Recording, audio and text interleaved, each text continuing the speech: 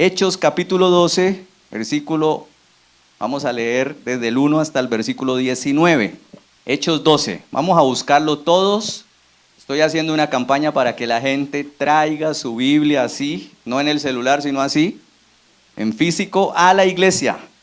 ¿Qué días hablaba con el señor de la librería cristiana, el alfarero, y decía, la Biblia es, aunque es el libro más vendido, pero está siendo menos vendido en este momento? La gente está yendo a comprar otros libros, a comprar afiches en la librería cristiana, pero no están llevando la Biblia. Y nos quedamos con la Biblia en el celular. Y sí, el celular es una bendición, pero usted tiene que tenerla así, en físico, y tráigala aquí a la iglesia. ¿Listo? Entonces, si usted no tiene Biblia, le invito a que se compre una. Le invito a eso. Entonces ya estamos todos en Hechos 12, colocamos el celular en silencio, porque preciso les da por llamarnos cuando estamos aquí en la iglesia, ¿cierto? Como que nada, no saben. Entonces, coloque su celular en silencio. Antes de iniciar este tema, hay por ahí dice que un hombre llegó en su carro a un parqueadero demasiado grande y no encontraba cómo parquearse. Todo estaba completamente lleno ese parqueadero. Y comenzó a orar y le dijo, Señor, si tú permites que yo tenga dónde cuadrar mi carro, si alguien desocupa un lugar, yo te prometo, Señor, que yo voy a comenzar a tratar más bonito a mi suegra, voy a perdonarla, ¿sí? También a mi esposa la voy a tratar como vaso frágil, voy a comportarme mejor en la empresa, voy a convertirme en un mejor hombre, Señor, si tú permites que yo consiga un parqueadero, yo te prometo, bendito Dios, que voy a devolver todos esos... estaba orando cuando de repente alguien salió y quedó un espacio ahí, y él dijo, Señor, no te preocupes que ya encontré dónde ubicarme, ¿sí? A veces las oraciones son así. Ahora sí vamos a la palabra de Dios. Hechos capítulo 12, voy a leer desde el versículo 1 en adelante, tengo la Biblia Nueva Traducción Viviente. Póngale atención. Dice, por ese tiempo el rey Herodes Agripa comenzó a perseguir a algunos creyentes de la iglesia. Mandó a matar a espada al apóstol Santiago, hermano de Juan. Cuando Herodes vio cuánto esto le agradó al pueblo judío, también arrestó a Pedro. Eso sucedió durante la celebración de la Pascua. Después lo metió en la cárcel y lo puso bajo la vigilancia de 4 escuadrones de 4 soldados cada uno. Herodes tenía pensado llevar a Pedro a juicio público después de la Pascua, pero mientras Pedro estaba en la cárcel, la iglesia oraba fervientemente por él. La vida cristiana no está exenta de tiempos difíciles. Aún siendo hijos de Dios, atravesamos momentos de aflicción que muchas veces no entendemos, como enfermedades, problemas familiares, crisis económicas, persecución o pruebas inesperadas. Nos llegan a nosotros los cristianos. Y muchas veces nos preguntamos, ¿por qué Dios permite esto? ¿Usted alguna vez se ha preguntado eso? ¿Qué propósito tiene Dios con este dolor que estoy viviendo? ¿Alguien se lo ha preguntado? ¿Qué es lo que el Señor me quiere enseñar en esta situación por la que estoy pasando? Y podemos muchas veces decir, parece que Dios no me está escuchando, el Señor me está colocando en una prueba muy difícil, nada me sale bien. Y en este capítulo, el capítulo 12 de Hechos, nos muestra uno de los momentos más duros de la iglesia primitiva. Herodes comienza la persecución de la iglesia y de sus líderes. Vamos a ver un momentico. ¿Quién era Herodes? Resulta que este Herodes era Herodes Agripa. Tenía apellido como de, ¿cierto?, de enfermedad, ¿cierto? Y Herodes Agripa era nieto de Herodes el Grande. Herodes el Grande fue el que mandó a matar los niños cuando nació el Señor Jesucristo. Y lo quería matar a él también. Herodes el Grande. Y Herodes el Grande era el papá de Herodes Antipas, que era otro Antipas. Que este Herodes fue el que se casó con su prima y por esa razón mató a Juan el Bautista. ¿Sí? Herodes Antipas. Y ahora estamos Herodes Agripa, que mandó a matar a quien, según el versículo aquí, versículo 2 dice, mandó a matar a espada al apóstol Santiago, hermano de Juan. Entonces, nosotros vemos aquí que esta familia, la familia de Herodes, Es una familia llena de un espíritu de muerte tremendo. Esos mandaban a matar a Raimundo y a todo el mundo. Y este Herodes Agripa, aunque no nos vamos a centrar solo en él era un hombre, era un populista. Era un hombre que cuando hablaba, si usted lee ahí el capítulo 12 del versículo 20 en adelante, tenía un discurso muy bonito. Un discurso que cuando él hablaba la gente le creía. Era también un narcisista, eso, muy bien. Menos mal que estoy bien casado, ¿cierto? Gloria a Dios. Es lo bueno de estar bien casado. Entonces resulta de que este hombre era así. La palabra de Dios aquí dice que él mandó a matar al apóstol Santiago y que cuando mandó a matar al apóstol dice que el pueblo judío le alegró esa situación. Se alegró el pueblo porque habían matado a Santiago, que también significa Jacob, y este era hermano de Juan. Esta historia es bonita porque resulta que estos dos hermanos fueron los que un día, Santiago un día se acercó a Jesús y le dijo: Señor, cuando yo me muera, permíteme que yo me siente a tu izquierda y mi hermano a mi derecha. ¿Sí? Son ellos. Y este apóstol Santiago era muy cercano a Jesús. El Señor Jesús tenía tres que eran muy cercanos. Uno era Juan, el otro era Pedro y el otro era Santiago. Y Santiago era un líder tremendo. Y este Herodes Agripa lo mató. Fue el primer mártir de la vida cristiana. El primer cristiano, porque capítulos anteriores ahí fue donde se le llamó a los seguidores de Jesús cristianos, dice la palabra de Dios. Entonces, Santiago fue la primera persona que mataron por el hecho de ser cristiano. Y Herodes, dice el versículo 3, dice: cuando Herodes vio que esto le agradó al pueblo judío, también arrestó a Pedro. Eso sucedió durante la celebración de la Pascua. Después lo metió a la cárcel y lo puso bajo la vigilancia de 4 escuadrones de 4 soldados cada uno. Herodes tenía pensado llevar a Pedro a juicio público después de la Pascua, pero mientras Pedro estaba en la cárcel, la iglesia oraba fervientemente por él. Yo me preguntaba, ¿y sería que cuando? Porque a Santiago también lo metieron a la cárcel antes de matarlo. ¿Sería que la iglesia no oró por Santiago? Y resulta de que hay una enseñanza. Hay cosas que a veces suceden, o sea, miren, la iglesia en ese momento no pensaba que Herodes iba a matar a Santiago. Por eso la Biblia no relata esa parte. Hoy en día hay muchas cosas que la iglesia no cree que pueden pasar. Por lo menos los que estamos aquí, de pronto no creemos que en algún momento vamos a ser perseguidos. Que en algún momento nos pueden matar por tener la Biblia. Que en algún momento las iglesias van a ser cerradas y ya no vamos a poder congregarnos en estos lugares y ya no vamos a poder salir a la calle a hablar de Jesús. Eso no lo creemos nosotros, pero está pasando en otros países. Sí, en el Medio Oriente, en África, a los cristianos, ¿qué días veía un video de algo que pasó no hace mucho tiempo? Metieron como 25 cristianos en un hueco, les echaron gasolina y los quemaron. Hay dos ministerios, uno se llama Puertas Abiertas, que usted lo puede buscar en YouTube, y el otro se llama La Voz de los Mártires. Y usted puede darse cuenta todo lo que está pasando en otros países con las personas seguidoras de Jesús. Si los encuentran con una Biblia, los matan. A otros los meten en la cárcel, los azotan. Pero la iglesia, que estamos aquí esta mañana, no creemos que eso pueda pasar aquí. Y eso fue lo que pasó con los cristianos de ese momento. Ellos no pensaban que Herodes Agripa iba a matar a Santiago. Cuando ya lo mató y arrestó a Pedro, lo tenía en la cárcel, entonces ahí ellos comenzaron a orar.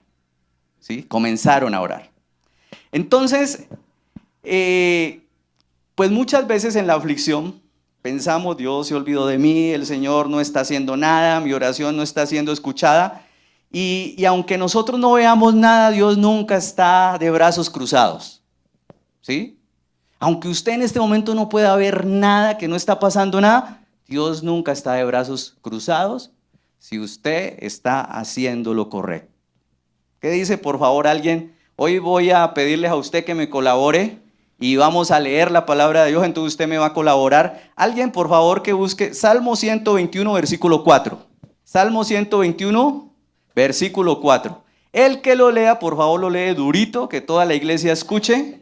He aquí, no se adormecerá ni dormirá el que guarda a Israel. Eso, el Señor dice que Él no duerme, ¿cierto? No se adormecerá ni dormirá el que guarda a Israel. Entonces, aunque nosotros veamos que, sí, no veamos nada, Dios nunca está de brazos cruzados. Cuando no vemos salida, Dios ya tiene preparado el camino. Sí, ante cualquier situación, el Señor ya tiene una salida. Nosotros hemos dejado de orar. Yo quiero que usted medite. Antes de venirse a la iglesia, ¿usted oró esta mañana? Usted dice, no, yo voy para la iglesia, hoy no oro. Quisiera preguntarle, si usted tiene la libertad, ¿hay alguien que está pasando más de 10 minutos en la presencia de Dios acá? Que levante su mano. Casi la mitad de la iglesia. ¿Hay alguien que está pasando más de media hora en la presencia de Dios? Casi la mitad de la iglesia también. La iglesia ha dejado de orar. Y en esas situaciones, cuando todo humanamente parece perdido, porque en ese momento la iglesia, lo único que podía hacer por Pedro era orar. No podían ir y hablar para que lo dejaran libre. Lo único que podían hacer era orar, y ellos hicieron lo correcto. Y en medio de esos tiempos difíciles, de crisis, Dios está enseñando a su pueblo lecciones que también la iglesia de hoy necesita aprender. Entonces, primero, ¿qué nos enseñan los tiempos de aflicción? Primero, nos enseñan a depender completamente de Dios. Los cristianos que están esta mañana acá tienen que aprender a depender completamente de Dios. No sé si usted está dependiendo de los hombres o está dependiendo completamente de Dios. Por favor, busquemos Hechos 12, versículo 5, ahí mismo. ¿Quién lo puede leer? Hechos 12, 5. Pero la iglesia hacía sin cesar oración por él. Muy bien. Pedro estaba en una situación muy complicada. Estaba preso, estaba custodiado por soldados romanos. Creo que eran 16 soldados que lo estaban cuidando, ¿sí? Y 16 soldados para cuidar a un hombre quiere decir que ese hombre era importante y estaban buscando que no se le fuera a volar, ¿cierto? Lo tenían bien cuidado. Y era una situación en la cual humanamente no había mucho que hacer. O sea, algo que pudiera hacer la iglesia para ayudarlo. Lo único que podían hacer era lo que estaban haciendo, orar, ¿sí? La iglesia hizo lo único y lo mejor que podía hacer, orar. Y ellos hicieron por Pedro una oración, dice que sin cesar oraron. Comenzaron a orar fervientemente por su hermano Pedro, por su amigo Pedro.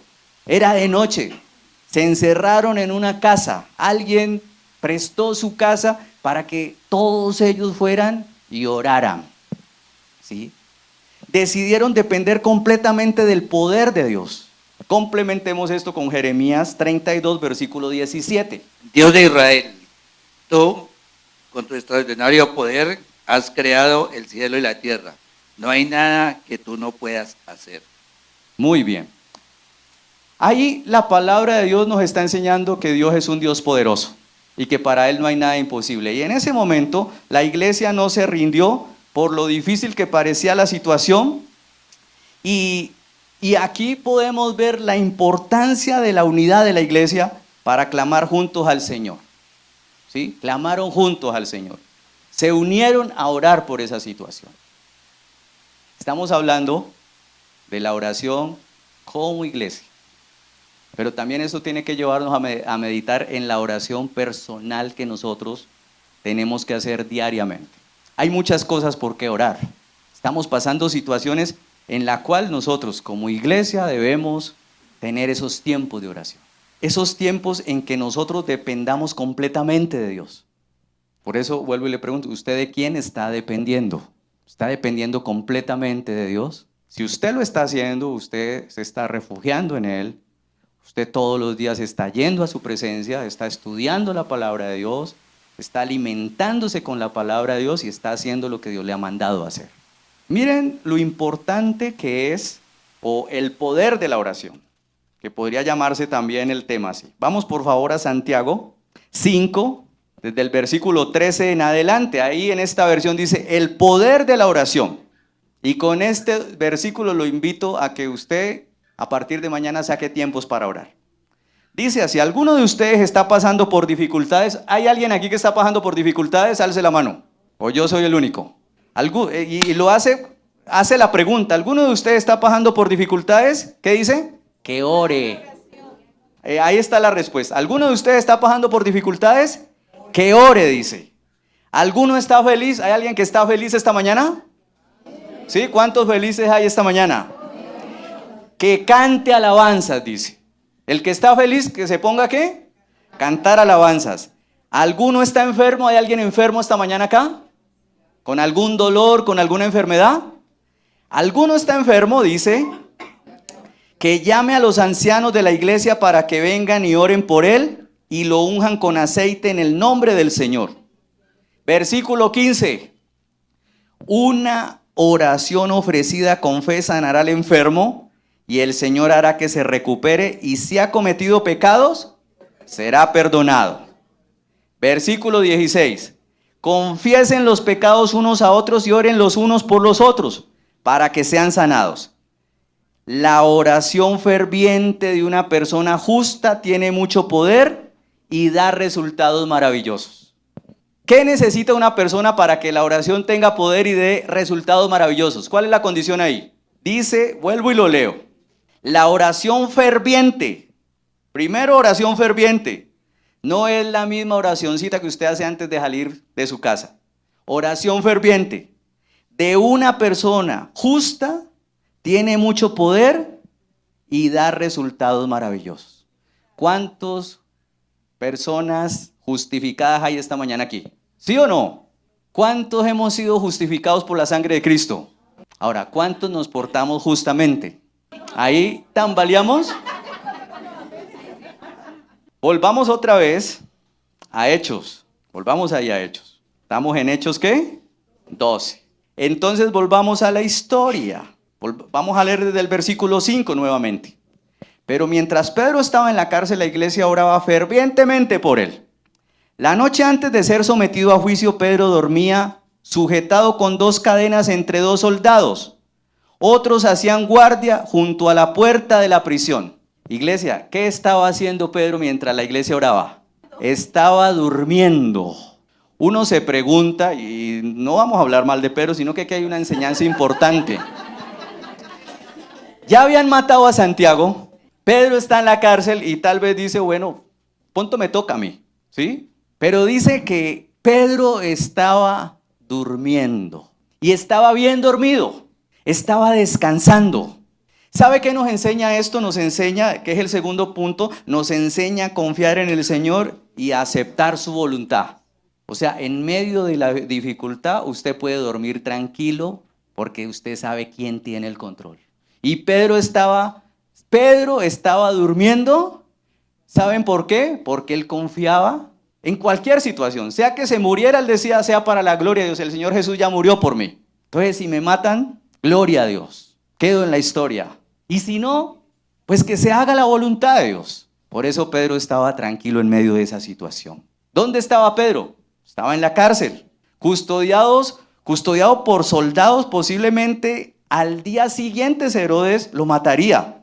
Pero a pesar de todo, esa noche Pedro pudo dormir. Entonces, sí, uno se pregunta, ¿cómo podría dormir estando en tan grande aflicción? Miremos quién era Pedro. Recuerden que cuando el Señor Jesús llegó allá, dice que Pedro se quedó ahí con una gente, ¿cierto? Y Pedro era un hombre temeroso porque le preguntaron, pero nosotros te hemos visto con él. ¿Y qué dijo Pedro? No, yo ni siquiera le conozco. Y le preguntaron ¿cuántas veces? Y 3 veces lo negó. ¿Por qué? Por miedo, estaba asustado. A ese lo van a matar, de pronto a mí también me matan, yo mejor lo niego. ¿Y cómo podemos ver que al tiempo Pedro estaba confiado, estaba descansando en Dios? Es que el hacer lo correcto nos lleva a descansar en Dios. Yo creo que nosotros nos angustiamos, nos preocupamos es cuando no estamos haciendo lo correcto. Que dice, ¿yo con qué autoridad voy a clamarle a Dios? Que los cielos se abran si soy un pecador. ¿Con qué autoridad voy a clamarle a Dios que los cielos se abran si sigo cayendo en el mismo pecado? Ahora, el Señor dice que aunque nosotros seamos infieles, Él permanece siendo fiel. Y Pedro estaba tranquilo, dice la palabra de Dios. Él ya sabía que el Señor algo tenía planeado, que Él lo podría librar de la muerte o si no, le iba a pasar lo mismo que a Santiago. Pero Pedro, podemos ver que él estaba dispuesto a morir por Jesús, que él sabía que todo estaba bajo la voluntad de Dios. Por favor, buscamos Salmo 3, versículo 5. A ver, ¿de qué lado? ¿Por aquí ya leyó alguien? ¿Sí? ¿Por aquí no? ¿Por este lado nadie ha leído? Vamos a ir por partes. ¿Quién tiene Salmo 3, versículo 5? A ver. Las Biblias más rápidas. Yo me acosté y dormí y desperté porque Jehová me sustentaba. Yo me acosté y dormí. ¿Qué más? No, ¿qué más dice? Yo me acosté y dormí y desperté porque Jehová me sustentaba. Yo le pregunto a usted, ¿quién le sustenta? ¿Cuál es su fundamento? La palabra dice, porque no hay un fundamento que el que ya está puesto, no hay otro fundamento que el que ya está puesto. ¿El cuál es? Jesucristo. Él es el que te sustenta. Él es el que dijo, yo he venido para que tengan vida, la tengan en abundancia. Él es el que dijo, yo soy el camino, la verdad y la vida. Y usted a veces, ¿por qué quiere coger otros caminos? ¿Por qué busca otras verdades? Si Él es el camino, la verdad y la vida, ¿por qué no descansa usted en Él? Pedro lo entendió. Pedro lo entendió. Nosotros también, al igual que Pedro, podemos tener paz en cualquier situación. Yo no sé si usted tiene paz esta mañana. Los que estamos pasando, preguntaba Santiago que quién tiene problemas. Y aquí casi todos levantaron las manos, ¿cierto? Pero todos los que tenemos problemas, ¿podemos descansar en Dios esta mañana? ¿Que mañana va a suceder algo mejor? ¿Que aunque hoy tal vez no esté pasando nada, mañana puede suceder algo mejor? Y si no sucede, yo seguiré siendo fiel. Si Dios te dice que no te va a cumplir el capricho, ¿qué vas a hacer? ¿Abandonar la iglesia? ¿Dejar de orar? ¿Dejar de buscarle o vas a seguir siendo fiel? Ese es el cristiano que se necesita en estos tiempos. Entonces nuestra vida no depende de las decisiones de los demás. Nuestro futuro no depende de los otros o de otros o de lo que nos quieran decir o de lo que nos digan. Usted mira las noticias y el panorama es peligroso, ¿sí? Y a veces nosotros decimos que no tenemos, como que no hay por qué orar. Vamos a nuestro país, por este invierno, hay gente que está pasando situaciones muy duras. No tienen para comer, no tienen dónde dormir. Se ha incrementado la violencia. Vamos a Popayán, hace creo que 15 días mataron a un señor en el centro por robarle 3 millones de pesos. 2 ladrones entraron ahí a donde él estaba almorzando y 2 estaban en moto esperándolo. Yo me hago la pregunta, 3 millones para dividirlo en 4 personas. O sea que el que lo mató, el que le pegó el tiro, no recibió más de 1 millón de pesos. Por eso mataron a ese señor ahí. ¿Qué nos refleja eso? Ahora, la lista es larga. La lista es larga. Tenemos que orar por los candidatos presidenciales. Y yo pregunto, ¿hay uno íntegro? ¿Que usted meta las manos a la candela por él? ¿Y qué está pasando con la iglesia? La iglesia está quieta, dividida. Y mire que de estos 3 Herodes, yo no me quería meter por ahí, pero esos 3 Herodes, habían 2 de derecha y 1 de izquierda. Este Herodes Agripa era de izquierda porque estaba buscando hacer cosas para que los judíos, por eso dice ahí el versículo, agradarlos, y por eso iba a matar a Pedro también. Y es esto peligroso porque cuando se levantan esos populistas, hay mucha gente que mete las manos a la candela por ellos y se hace matar, porque cuando usted lee Hechos 12 desde el versículo 20 en adelante, mire, él dio un discurso y todos lo trataron como un dios. Por eso ahí habla de la muerte, él dice que este hombre murió, su vientre lleno de gusanos, los gusanos se lo estaban comiendo. ¿Sabe una cosa? Hay líderes que tienen un poder de tal manera que el pueblo se enceguece. Y aunque hacen cosas malas, el pueblo está justificando, está aprobando y dispuestos hasta a dar su vida por un hombre. Y ese mismo pueblo fue que cuando pararon al Señor Jesús y pararon a Barrabás, le preguntaron, ¿a quién quiere que libere? ¿Y ellos qué dijeron? Liberen a Barrabás. Y entre ellos habían seguidores que habían escuchado a Jesús. Nosotros como iglesia tenemos que ser muy radicales, no podemos ni para allá ni para acá, sino que tenemos que hacer lo que la Biblia dice. ¿O hay alguien aquí que sea seguidor de algún hombre? Sinceramente. Si estamos siguiendo hombres, porque la palabra dice, maldito el hombre que confía en el hombre. Y por muy bueno que sea el hombre comete errores. Aún la palabra de Dios dice, aunque tu padre y tu madre te dejaren, con todo yo te recogeré. ¿Y sabe qué me ha enseñado ese versículo a mí? Que aún las personas más cercanas como tu padre y tu madre te pueden fallar, pero Dios no. Si tu padre y tu madre te pueden fallar, ¿cómo no otras personas que no conocemos y que a veces los defendemos? Pero el único que no te falla es Dios, y nosotros estamos dejando de buscarle y nuestra relación con Dios es a medias muchas veces. Entonces, nuestro futuro está en las manos de Dios. Y eso lo pudo entender Pedro. Por eso Pedro estaba tranquilo descansando. Vamos por favor, alguien que busque Salmo 16:5, si lo pueden buscar en la Nueva Traducción Viviente, Salmo 16:5, y otra persona que busque Romanos 14:8. Esos dos versículos vamos a buscarlos en dos versiones, Nueva Traducción Viviente, los que tienen el celular ahí, y la otra Biblia que es la PDT, Palabra de Dios para Todos, Salmo 16:5. Vamos primero a ese. ¿Quién lo encontró? Vuélvalo a leer, por favor. Tú, Señor, eres mi porción y mi copa. Eres tú quien ha afirmado mi suerte. Ya.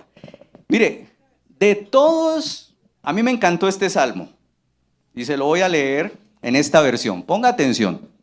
Salmo 16. Es un salmo de David. Dice, manténme a salvo, Dios, porque a ti he acudido en busca de refugio. Estoy leyéndolo desde el 1. Le dije al Señor, tú eres mi dueño. Todo lo bueno que tengo proviene de ti. Los justos de la tierra son mis verdaderos héroes. Ellos son mi deleite. A quienes andan detrás de otros dioses se les multiplican los problemas. No participaré en sus sacrificios de sangre, ni siquiera mencionaré los nombres de sus dioses. Señor, solo tú eres mi herencia, mi copa de bendición. Tú proteges todo lo que me pertenece. La tierra que me has dado es agradable. Qué maravillosa herencia tengo. Recibiré al Señor quien me guía. Bendeciré al Señor quien me guía. Aún de noche mi corazón me enseña. Sé que el Señor siempre está conmigo. No seré sacudido porque Él está aquí a mi lado. Con razón mi corazón está contento y yo me alegro. Mi cuerpo descansa seguro. Pues tú no dejarás mi alma entre los muertos, ni permitirás que tu santo se pudra en la tumba. Me mostrarás el camino de la vida. Me concederás la alegría de tu presencia y el placer de vivir contigo para siempre. Este salmo es un salmo hermoso, porque vemos al rey David cómo depende de Dios. Vemos al rey que está tranquilo porque sabe que Dios tiene el control de su vida. Está seguro porque sabe que su reinado y todo lo que tiene está en manos de Dios. Y él puede descansar en que Dios es un Dios bueno y poderoso. Nuestro futuro está en las manos de Dios. Dígale a la persona que está allá a su lado. Su futuro está en las manos de Dios. Muy bien. ¿Cuánto les está dando sueño? Y eso que hoy estoy hablando durito como pastor pentecostal, ¿cierto? ¿Sí? Le invito, colóquese de pie un momentico. ¿Sí? Que yo sé, ya casi terminamos, ya nos falta poquito. Ya casi vamos a terminar, pero colóquese de pie, cierre sus ojos un momentico. Cierre sus ojos y le invito a que haga una oración. Si algo usted hasta ahora Dios le ha hablado, haga una oración con lo que Dios le ha hablado. Padre, hace rato cantábamos que llenes este lugar de tu presencia. Y esta mañana, hoy aquí hemos venido personas con mucha necesidad de ti, Señor. Y yo te quiero pedir perdón porque nosotros hemos descuidado nuestros tiempos de oración como iglesia y personalmente, Señor. Porque eso demuestra falta de confianza en ti, eso demuestra que estamos dependiendo de otras cosas más que de ti, Señor. Le estamos dedicando más tiempo a otras cosas que no tienen sentido y que verdaderamente lo único que vale, Señor, es correr a tus brazos, papá, y estar ahí, Señor. A veces cantamos esa canción que dice que cuando lleguemos a su presencia queremos verlo cara a cara. Y resulta que aquí, mientras estamos aquí, no le queremos ver, no queremos pasar tiempo con Él. Y Él cada mañana está esperándote. Tal vez hay días que se ha quedado esperándote, como ese papá que siempre espera a su hijo. Ese hijo no llegó, porque ha estado lejano, es ese hijo pródigo que está en el mundo, aunque muchas veces no ande ni pecando, pero no está con papá. Pero es ese hijo que cuando viene en situaciones difíciles viene a acusar a su papá, a criticar, a decirle que no es bueno porque no lo ayuda y a decirle no me amas, cuando él está con sus brazos extendidos siempre para ayudar. Pídele perdón, dile que lo necesitas. Dile, Señor, yo no soy nada sin ti, te necesito. Pero también dile, quiero un cambio de vida. En el nombre de Jesús, amén. ¿Puede tomar asiento otro momentico? ¿Cuántos se quieren ir? Mire, las iglesias que no son de sana doctrina hacen incluso el día domingo hasta 3 servicios y están llenas. Las iglesias calvinistas, ¿sabe? La reunión es de 9 de la mañana hasta las 2 de la tarde. Casi todo 4 horas estudiando la palabra de Dios. Nosotros, la iglesia de sana doctrina, venimos y no, esto está muy largo, ya van a ser las 12 y desesperados por irnos. Entonces, estudio de la palabra a veces es poco. Vamos a seguir leyendo. Entonces dice que Pedro estaba durmiendo. Versículo 7. De repente una luz intensa iluminó la celda y un ángel del Señor se puso frente a Pedro. El ángel lo golpeó en el costado para despertarlo y le dijo, rápido, levántate. Y las cadenas cayeron de sus muñecas. Después el ángel le dijo, vístete y ponte tus sandalias. Pedro lo hizo y el ángel le ordenó, ahora ponte tu abrigo y sígueme. Así que Pedro salió de la celda y siguió al ángel. Pero todo el tiempo pensaba que era una visión, no se daba cuenta de que en verdad eso estaba sucediendo. Pasaron el primer puesto de guardia y luego el segundo y llegaron a la puerta de hierro que llevaba a la ciudad y esta puerta se abrió por sí sola frente a ellos. De esta manera cruzaron la puerta y empezaron a caminar por la calle y de pronto el ángel lo dejó. Finalmente Pedro volvió en sí. De veras es cierto, dijo. El Señor me envió a su ángel y me salvó de Herodes y de lo que los líderes judíos tenían pensado hacerme. Cuando se dio cuenta de esto, fue a la casa de María, la madre de Juan Marcos, donde muchos se habían reunido para orar. Tocó a la puerta de entrada y una sirvienta llamada Rode fue a abrir. Cuando ella reconoció la voz de Pedro, se alegró tanto que en lugar de abrir la puerta, corrió hacia adentro y le dijo a todos, Pedro está a la puerta. Está loca, le dijeron. Como ella insistía, llegaron a la conclusión, debe ser su ángel. Mientras tanto, Pedro seguía tocando. Cuando por fin abrieron la puerta y lo vieron, quedaron asombrados. Él les hizo señas para que se callaran y les contó cómo el Señor lo había sacado de la cárcel. Díganles a Santiago y a los demás hermanos lo que pasó, dijo. Y después se fue a otro lugar. ¿Cuánto le dan la gloria a Dios? Amén. ¿Cierto? Aquí no estamos tan acostumbrados a decir amén, ¿cierto? Pero esto es para alegrarse. ¿Qué nos enseña esto? Nos enseña que para Dios no hay situaciones imposibles de resolver. ¿Cuántas puertas habían para que Pedro humanamente se volara de ahí? Dice que habían 3. Y la última era la puerta de hierro, que esa puerta no se abría fácil. Se abrieron más fáciles esas puertas que la puerta cuando él llegó a esa caja y comenzó a orar, ¿cierto? Dice que esta mujer dijo, es Pedro el que está tocando. Y dice que se olvidó de abrir la puerta y salió corriendo. Ahí hay muchas enseñanzas en esa historia, ¿sí? Pero ¿sabe? Mientras el pueblo de Dios oraba, el Señor estaba trabajando, ¿sí? Eso es lo bonito de la oración. Mientras usted está orando, el Señor está trabajando, ¿sí? Para Dios no hay nada imposible de resolver. Las puertas de esa cárcel se abrieron milagrosamente. La palabra dice que habían 16 soldados ahí. Y quedaron en un sueño profundo. También estaban descansando porque decían, ¿cómo se va a volar de aquí? Al igual que Pedro, todos estaban durmiendo. ¿Sí? Todos estaban durmiendo.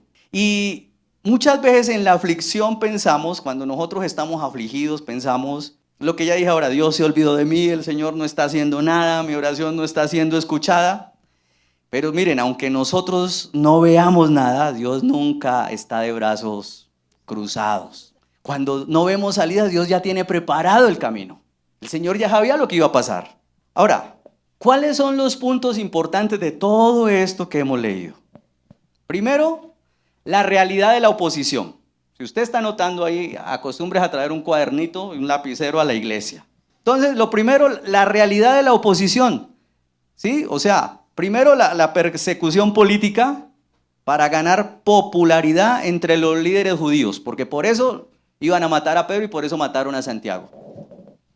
Era la realidad de la oposición.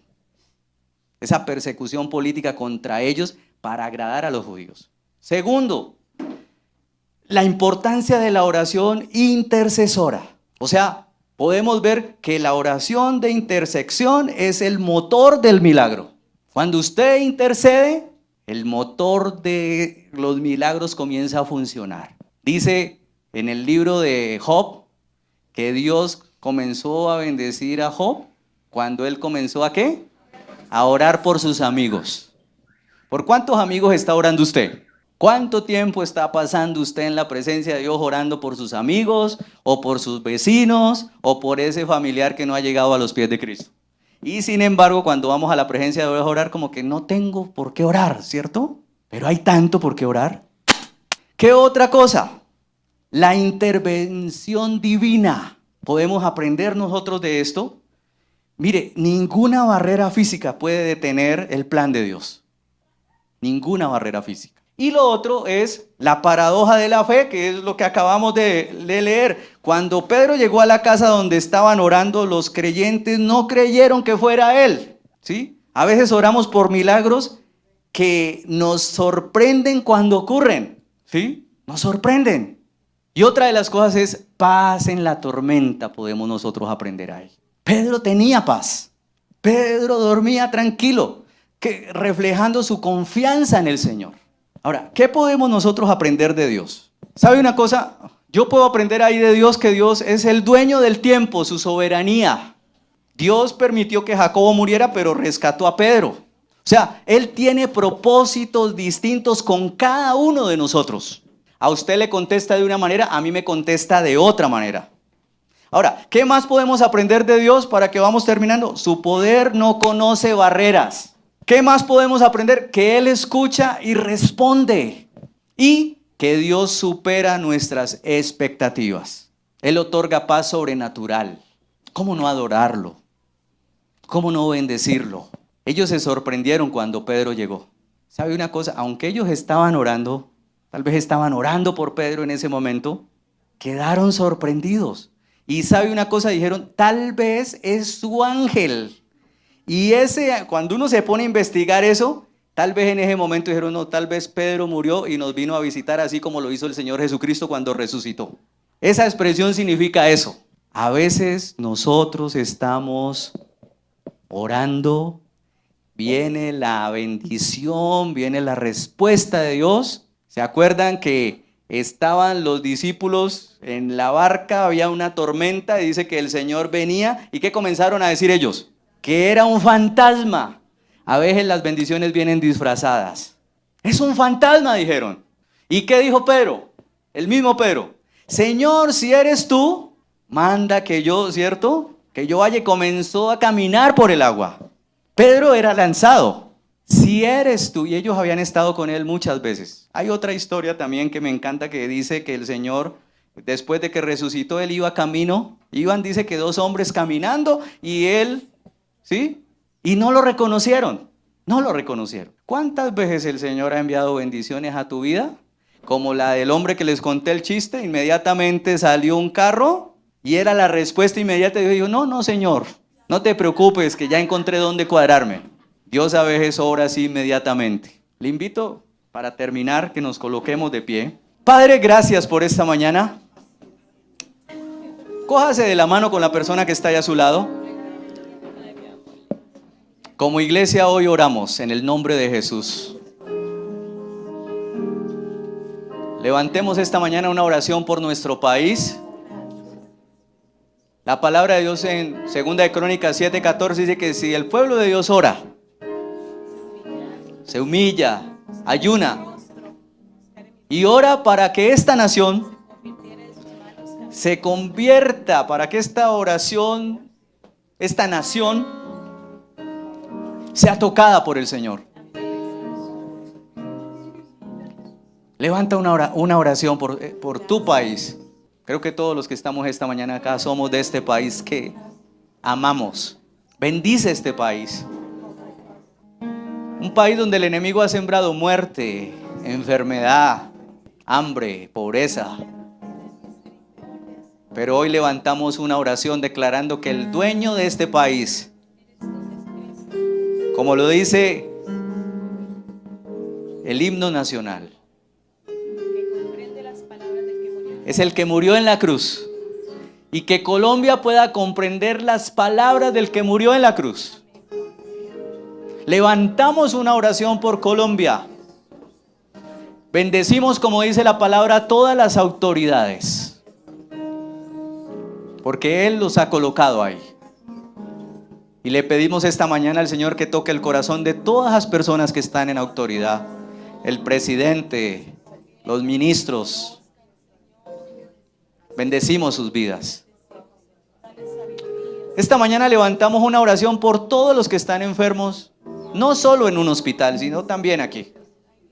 Como iglesia oramos fervientemente por todos los que se sienten cautivos, presos y que han estado atados, para que el Señor levante esta mañana y rompa toda cadena y todo yugo.